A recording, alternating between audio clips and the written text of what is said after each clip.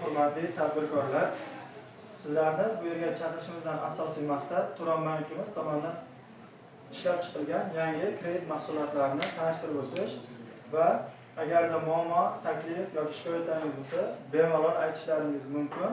Biz uni inobatga olib, agar hal qilsak, hozir o'zida hal qilishimiz mumkin.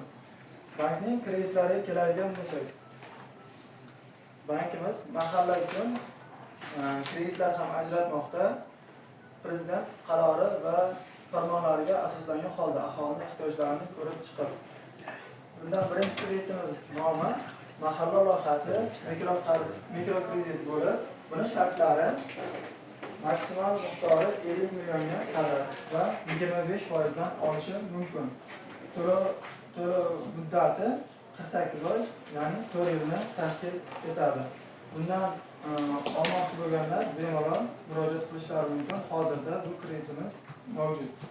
Xo'sh, ikkinchi kredit turiga keladigan bo'lsak, bu kichkina biznes boshlamoqchi bo'lganlar uchun biznesning maqsadi mikrokrediti bo'lib, bu 25 million maksimal miqdori 25 milliongacha, bu ham 25% dan aholiga taqdim qilinadi.